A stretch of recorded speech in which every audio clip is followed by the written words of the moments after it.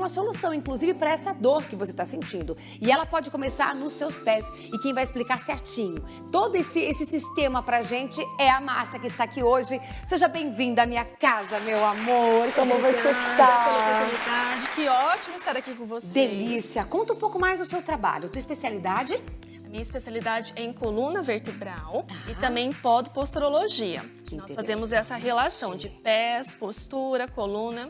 A gente anda tortinha e tortinha mesmo? A gente anda assim? Parece que o mundo tá pesado demais, Mar. Nós temos vários fatores que influenciam.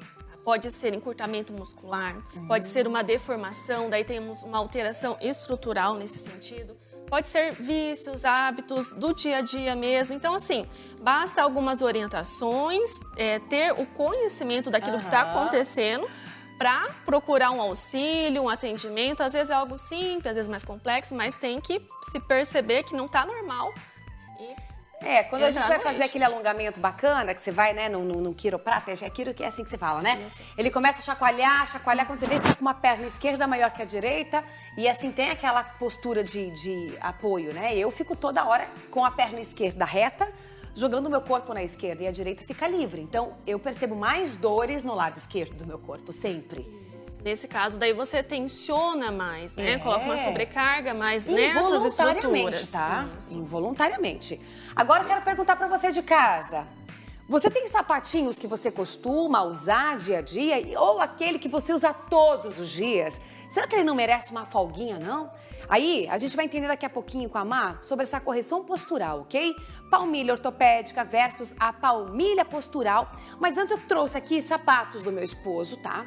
Até depois você vai analisar, não sei o que você vai poder me falar. Por exemplo, aqui nós temos um do dia a dia que ele usa um pouco mais social, para usar com uma calça, sei lá, mais justinha, que ele curte.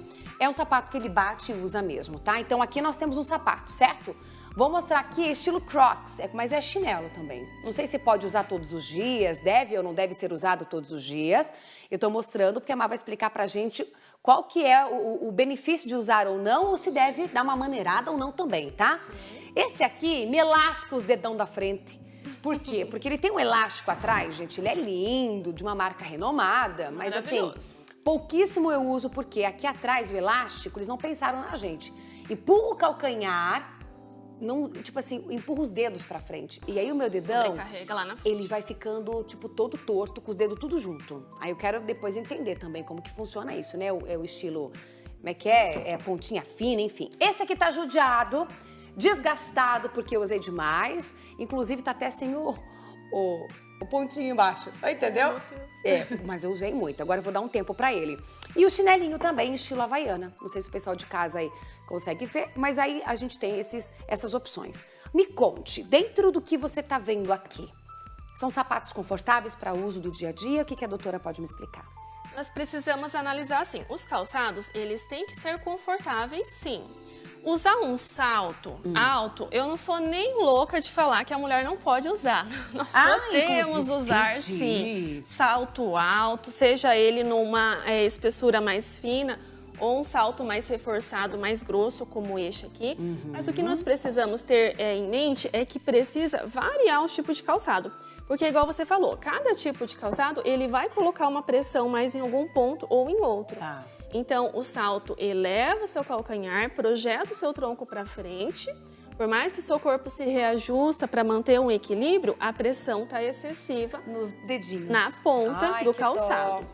Então, para algumas pessoas, além do incômodo nos pés, ela pode sentir incômodo na lombar, ou nos joelhos. Porque como o corpo ele vai se reequilibrar diante daquela postura que alterou, então, ele pode forçar estruturas dependendo de como é a sua lombar, dependendo se você tem muito encurtamento, muita fraqueza, dependendo de como está.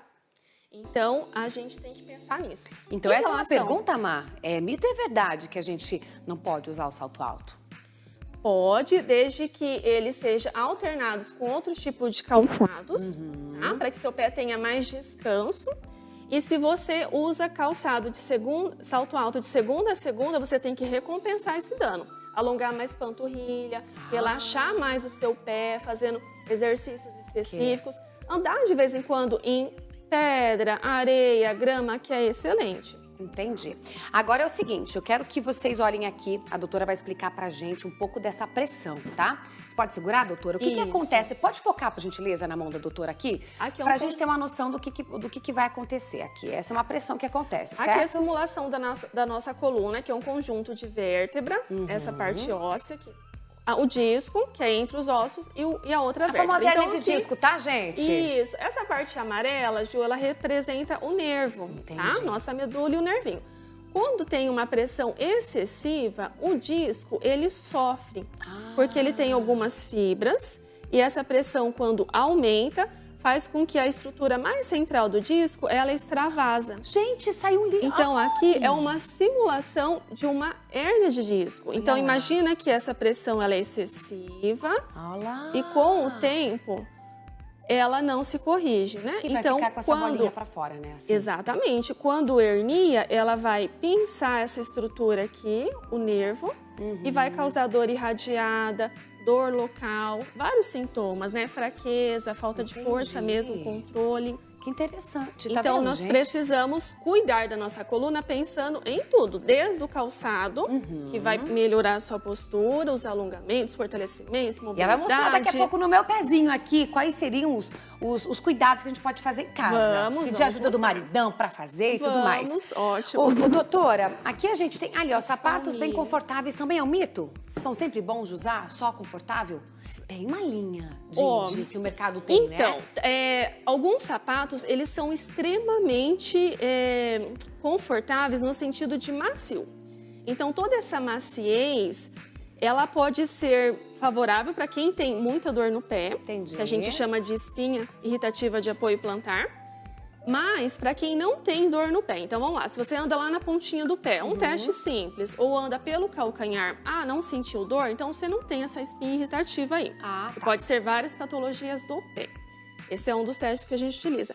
Então isso pode alterar o seu controle postural. Então para quem tem a dor, é interessante, porque aquele extremamente conforto, confortável. exatamente, aquela espuma, todo aquele revestimento ali, ele vai diminuir a dor e vai te ajudar no controle postural. Agora, para quem não tem todo esse desconforto, toda essa dor, o estímulo que o cérebro entende atrapalha tudo, né? Então, não é tão interessante. Para quem não tem dor, quem vive é só para quem tem dor. O tempo todo, sempre priorizando calçado muito confortável, a alteração postural acontece. Perfeito. Aqui a gente está vendo muitas palmilhas extremamente interessantes, com desenhos que eu nunca vi.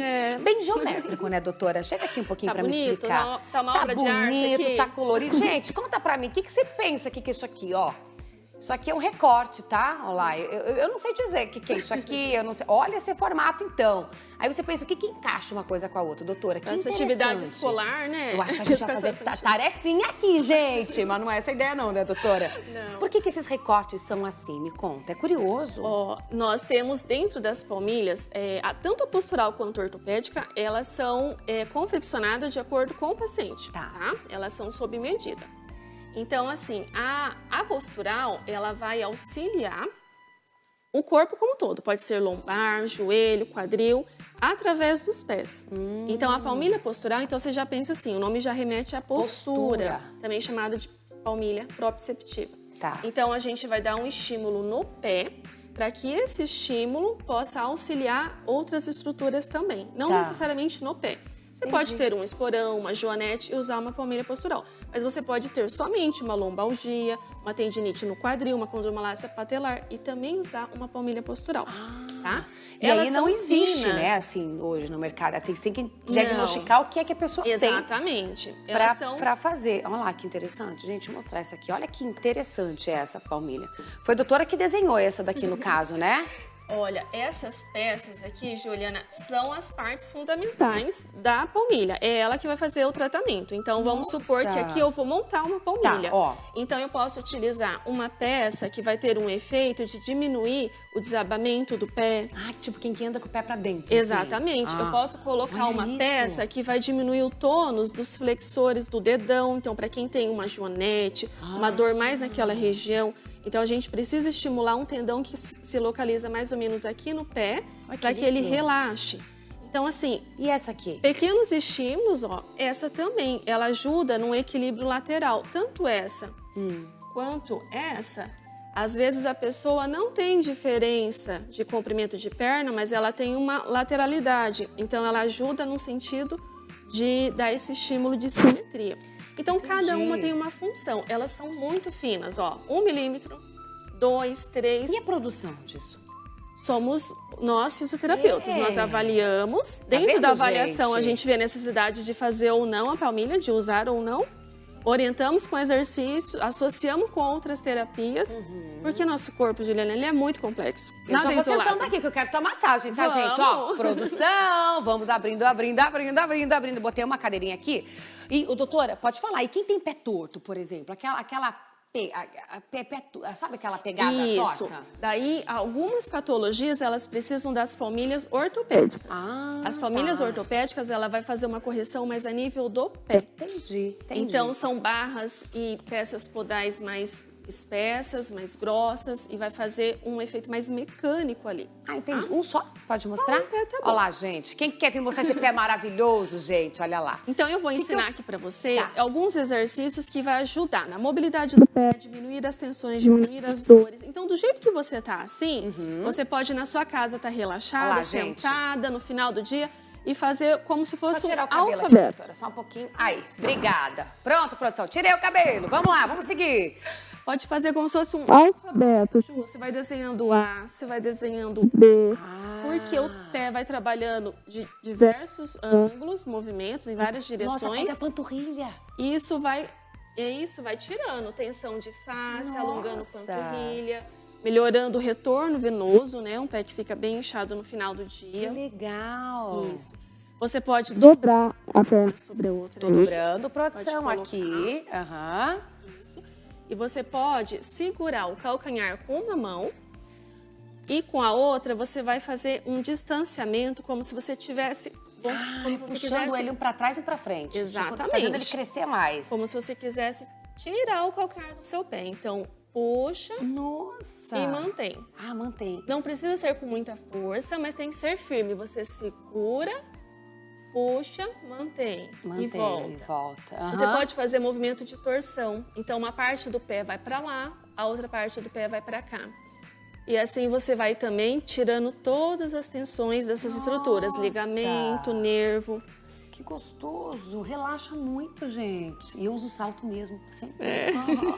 E não agora? precisa parar de usar salto. Um alongamento nesse sentido. Assim? Isso, que vai alongar todos os flexores aqui, toda a face, no sentido contrário. Pra frente incomoda um titico, viu? Então tem um acúmulo de tensão pra aí. Pra frente o bicho incomoda aqui. Deixa eu mostrar pro pessoal como é que é aqui. Ó lá, gente, pra frente, ó, fica tortinha assim, tá vendo, ó? Ó lá, que bonita. É legal ver, né? A gente nem se alonga, nem quando acorda de manhã cedo, inclusive de manhã cedo. É legal alongar a coluna também, né? Com certeza. E, por exemplo, o alongamento, ele tem que ser uma prática. Tem que fazer parte do nosso dia a dia, não só o fortalecimento. Então, as estruturas têm que ser flexíveis. Mas não dar que é legal? Você pode puxar o dedo, pode puxar você. Assim. Puxa um dedo, roda ele, gira ele para um lado e gira ele para o outro. E você pode fazer esse movimento com todos os dedos. Você pode apenas puxar ele e manter essa tração.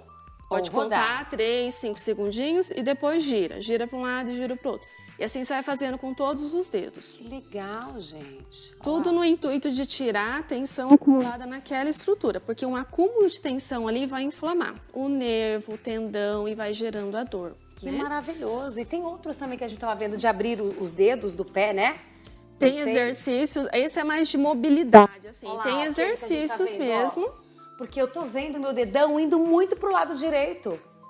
Por causa dos sapatos tortos que a gente vai usar. Ele vai ficando assim, ó. Daí vai dando a famosa... Joanete. Joanete. Eu não quero ficar com a Joanete, não, gente. A Jojo, não tô afim, Jojo. Não pode. Não te quero, viu, Jojo? Esse daqui é um exercício mesmo. Então, você vai abrindo os dedos, não é fácil. Vai fazendo uma força para distanciar um dedo do outro. A gente acha que não tem essa capacidade. Olha que interessante no vídeo lá, gente. Ela abrindo o dedão, ó. Tá vendo?